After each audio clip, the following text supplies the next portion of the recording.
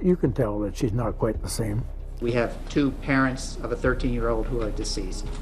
We have a 13-year-old who was abducted for 88 days against her will forcibly.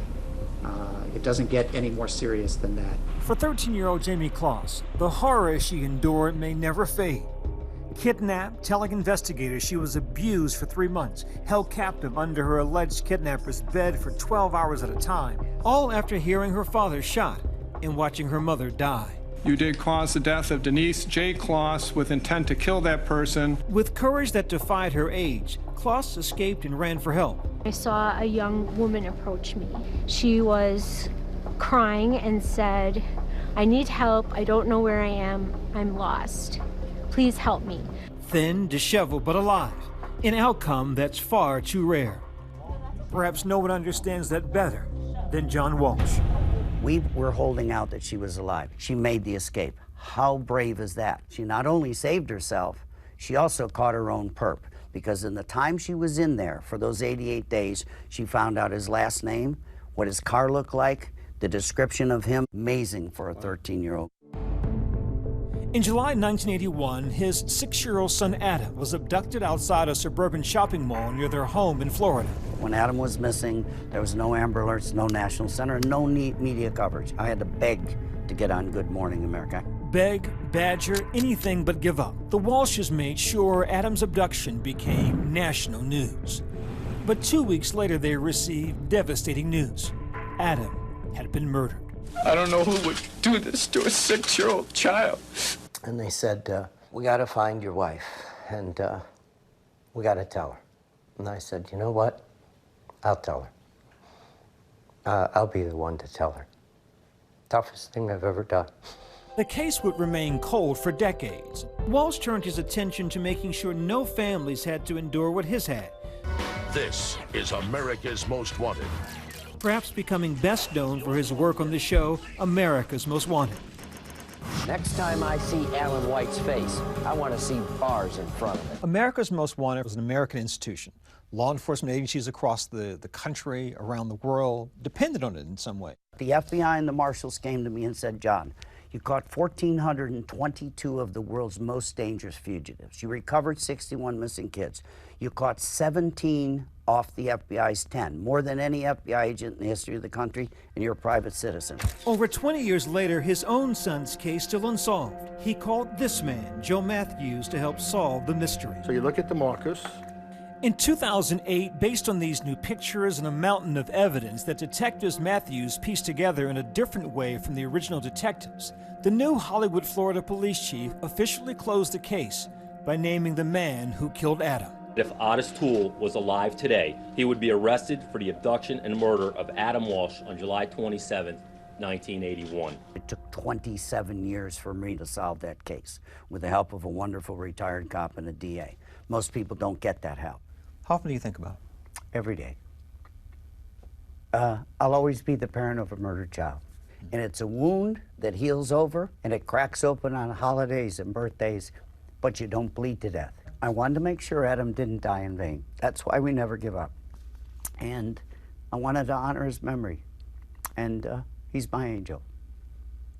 After Adam's death, Walsh and his wife, Reve, became advocates and would help found the National Center for Missing and Exploited Children. According to the center, there were more than 420,000 reports of missing children by law enforcement last year.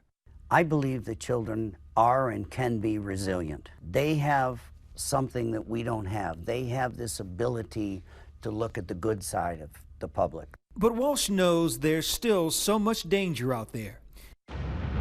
I'm John Walsh, and this is In Pursuit. He now has a new show, In Pursuit with John Walsh, airing on Investigation Discovery, where he can again track fugitives and brings attention to missing children in each episode. This time, he's joined by his son, Callahan.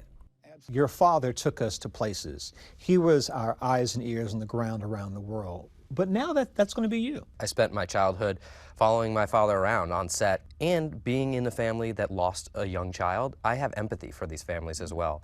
So it's a perfect position for me to be in, to go on the road, to try to fill the giant shoes that my father has. In one episode, the story of a 30-year-old manhunt. Thane Smyka, if he's still alive, is a horrible creep dirtbag who murdered a very nice young man. He's been out there 30 years. He needs to be brought back to justice. What perspective do you think, with your youth being a different generation, what will you bring to the show that might be different? Well, this show, what's different from America's Most Wanted is we're really harnessing the power of social media. The most important tool when it comes to the recovery of a missing child is a photo of that child. Social media is going to harness the power of the public like our hotline did, and we're going to use that as a tool for our viewers to harness them, engage them, and give us the tips that we need. Walsh knows all too well how important raising awareness can be. Tonight, maybe you can help. He's helped publicize several high-profile cases like Elizabeth Smart's. The Smart family asked me to fly to Salt Lake City the day that Elizabeth was recovered.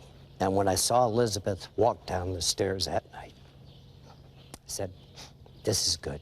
It's a home run. And J.C. Dugard's. It's been exactly 6 months since the blonde 6th grader was kidnapped. With Closs's case being the latest to hit the headlines, Walsh also says it's a good time to warn parents about common tactics he's seen abductors use. For example, what he calls bus surfers.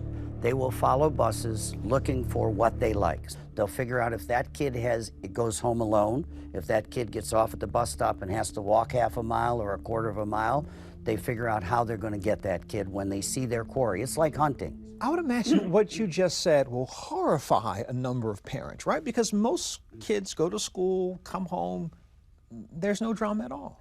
I've been telling parents for years that the National Center has done research for the last 10 years.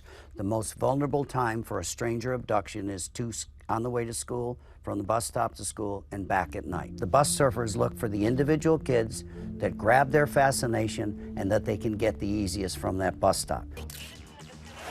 By his own account, John Walsh has spent a lifetime digging, searching the underbelly of society, giving voice to the voiceless and often desperate families, seeking not revenge, but justice. The problem and the challenge is to keep those kids' pictures and their memory alive. We never give up. I've learned over the years, don't give up. Anything you can do. We in America, we love happy endings. Will Jayme have a happy ending? She's alive. She made it. She made it out. She's not just another picture that we're never going to figure out what happened to her.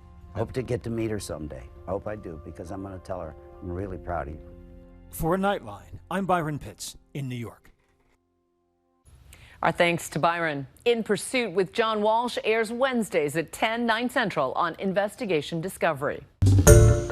Hi everyone, George Stephanopoulos here. Thanks for checking out the ABC News YouTube channel. If you'd like to get more videos, show highlights, and watch live event coverage, click on the right over here to subscribe to our channel, and don't forget to download the ABC News app for breaking news alerts. Thanks for watching.